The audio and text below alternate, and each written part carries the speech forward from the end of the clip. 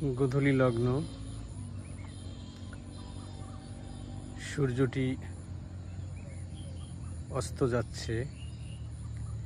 এতটাই তীব্র লাল হয়েছে যা দেখতে অনেকটা ডিমের সিদ্ধ কুসুমের মতো প্রাণবন্ত।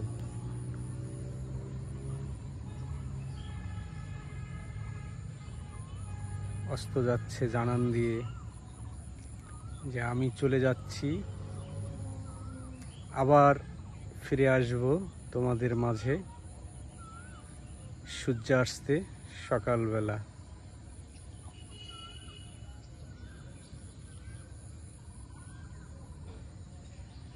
সব কিছু মেলে ধরেছে সে। সবাইকে সূর্যাস্তের